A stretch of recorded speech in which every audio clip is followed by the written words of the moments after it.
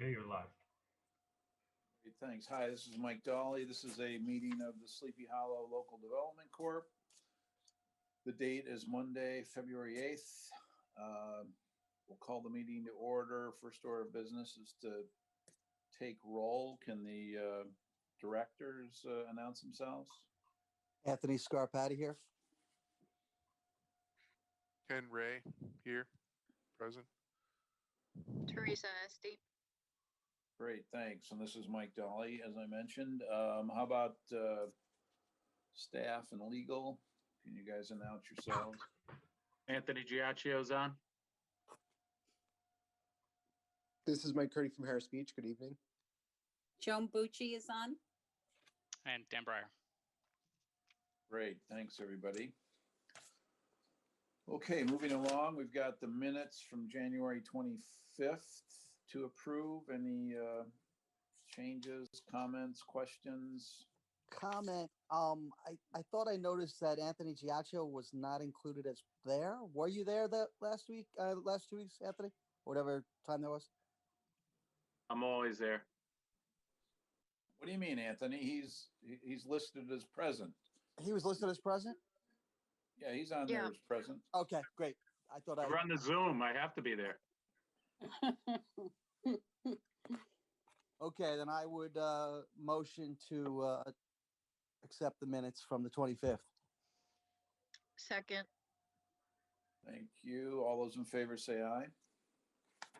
Aye. Aye. I didn't hear you, Ken. Probably got cut off. Unmute. Aye. Aye, thank you. All right, minutes are approved. Next are the expenditures. Assume everybody's looked at those. The total is $66,994.32. Any questions or comments on the? I had a Expensive? quick question. I had a quick question about urban strategies, and I'd just like to know what they've been doing lately. Have you guys been meeting with them? Any updates on that front?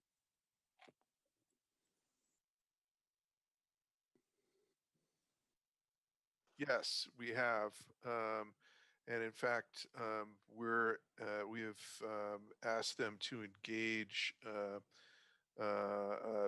another firm that does similar work to what they do, same kind of things, but specializes in certain kind of infrastructure projects. We had a meeting with members of the Board of Trustees and Urban, and they brought to our attention a program in New York State that funds various kinds of infrastructure, including a lot of bridges. And it's a program that comes from, it's funded by the feds, and then the money is given to the states and they dole it out as they see fit. It's pretty astounding. It will pay as much as 70% of a project. Wow. Yeah. So we were looking at, wow, if we could get a couple of, if we're building a bridge and it's, 12 million, 10 million, 14 million, and we get a couple of million towards that, we'd be doing really well. 70% of that, is kind of astounding. The money is actually there in the state. It's not something that's going to be subject, to a future. We don't have to wait for the feds to allocate it. It's already been done. It's competitive.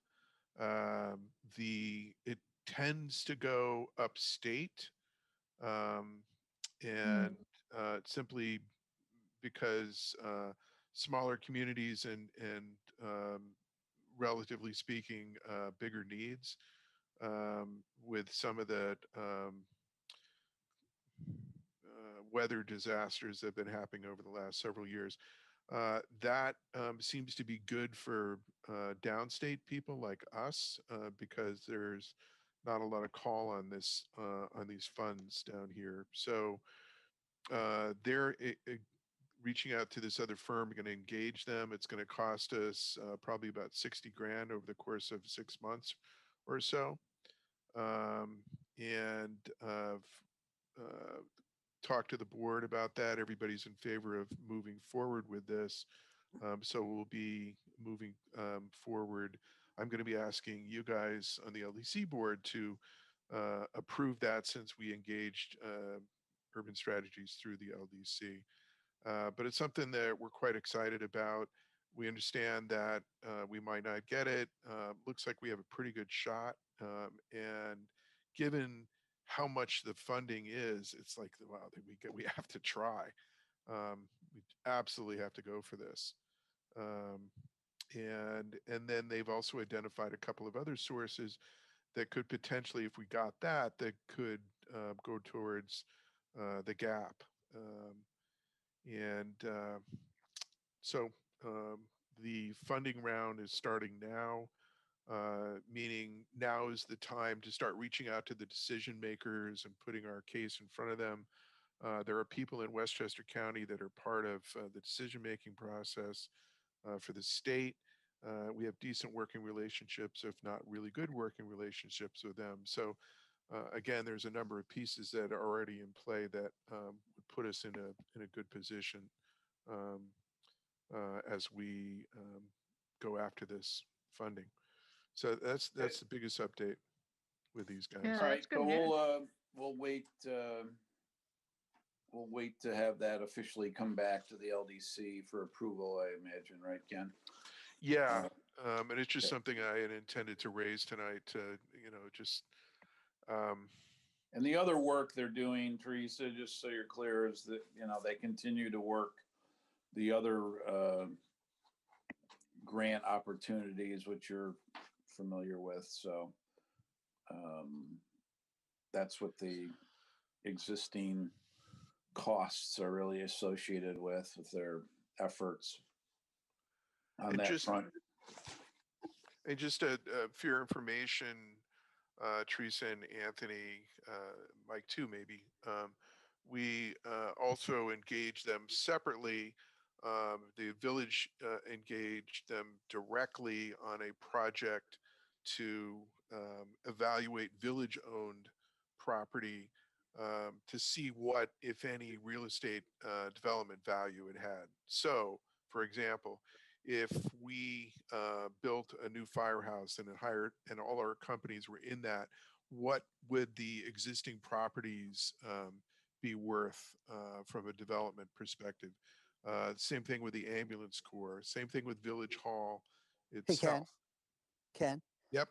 why would Urban Strategies have expertise in that area to define what a development They- property might be valued at?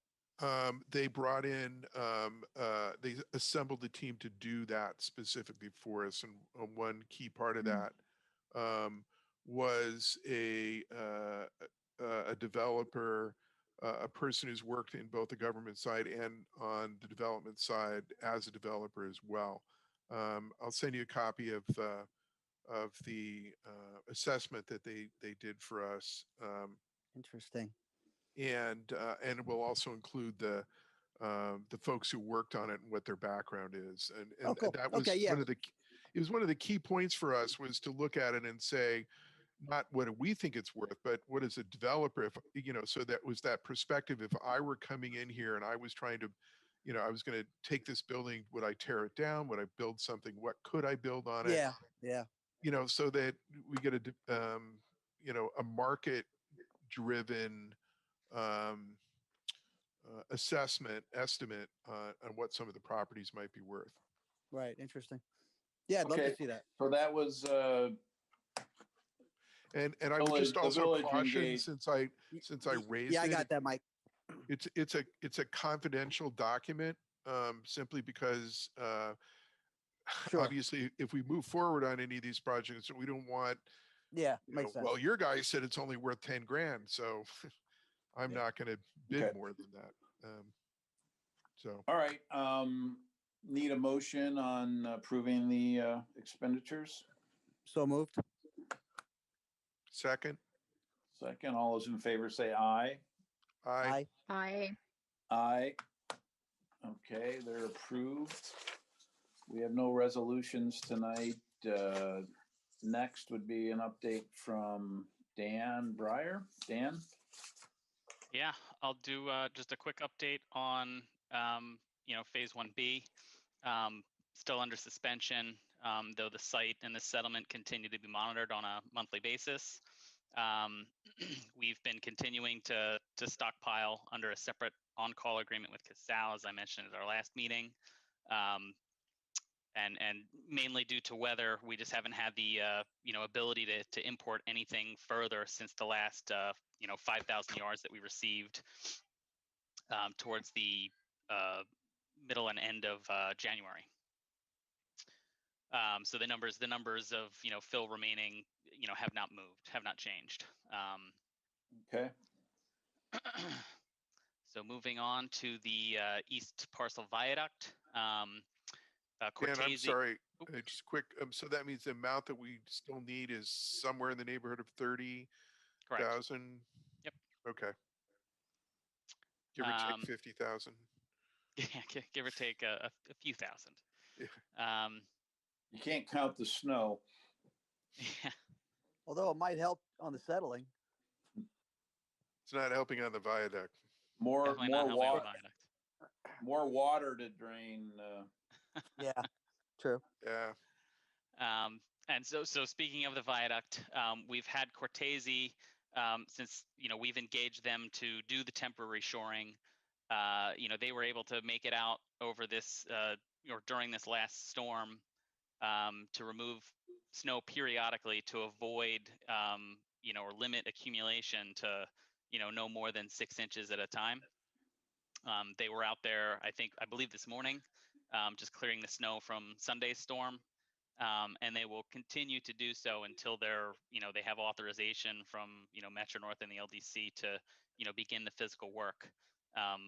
Just looking at the the long-term forecast, we've got 2 or 3 chances where we could accumulate several inches. So we'll we'll monitor, and if they need to go out multiple times during a storm, but it seems likely that they can probably just get out there once the snowfall has stopped and clear it before we hit the next one, since temperatures are going to remain well below freezing, and I don't see much opportunity for what's already out there to melt any. So other than that, the work plan and the designs that Cortese have been submitted to Metro North. So we're just waiting to hear back from them as to what we need to do to finalize the an entry permit, as well as whether or not they're going to require any type of force account based on the work that Cortese is going to be doing, since it's pretty much adjacent to the Hudson line there. Any questions on that? Nope, thanks. Okay. Just a quick update on our grants. The CSC grant contract, had been prepared, but was recently just pushed through again to the state, as due to COVID, they hadn't been processing any of these, state grants for a while. Everything pretty much got shut down at the state level. So just going back, towards the end of last year, they started slowly getting back to processing those grants that were already had been granted and were in the process. So it's still probably going to take a little bit of time to get that contract fully executed, though it is dated retroactively to March 2020.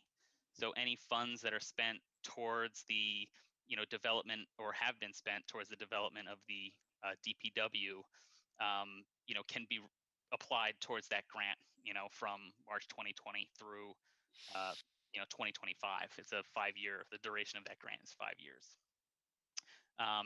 Similarly, for the ESD grant, it's going to require a modification due to the change in scope. Part of going through and getting the next round, or the next bond issuance to cover phases 2 and 3, we swapped out some of the anticipated vehicular bridge work that was to go between the east and west parcels in favor of removal of the viaduct and improvements for the Clinton Street extension. So the state is willing to entertain, essentially a direct swap. Since we're essentially removing some of the scope from that contract and replacing it, as long as the overall contract value does not decrease, the award should remain, intact. But again, it's subject to, their approval. So we'll, working with the grant administrator to, navigate that process. But that's very promising, because initially it was looking like our grant award would be reduced by some amount. And that's pretty much the update that I've got for now. Unless there's Okay. any other questions. Questions for Dan? I'm good. Okay, any old business, new business? Yes. Tomorrow evening at the Board of Trustees work session, the first item is going to be a presentation from Margie Reddick on the preliminary design for DeVries Park. And I would urge you all to tune in to the meeting tomorrow night. You can watch it on the cable channels, or you can watch it as a Zoom viewer. And I think it's going to be, it'll be relatively short, 10 minutes or so. And I think they've done some really good work. And I think it would be helpful for you to get a sense of how that's coming and what it's starting to look like. For Okay, for thanks. what exactly regarding DeVries Park? We hired them as a design consultant and to design a new configuration for DeVries. So meaning opening up the north section of DeVries along the Pecanico River, which is kind of Mhm. overgrown now. Re-looking at the trail structure. How can we connect to Lower Palmer from DeVries? And how does DeVries then connect to the Horseman Trail and that runs along the north edge of the Common? So there's a lot of interaction between the two, and I think their work has been pretty interesting so far. They're Ken, also doing. I'm sorry, quick question. Uh-huh. Will that fence on the east side of the DeVries be? Oh no, I'm sorry. I'm thinking of Kingsland. Will that? So they're looking at a redo of DeVries. Sorry, I got you. Not Kingsland at this point. Yeah, and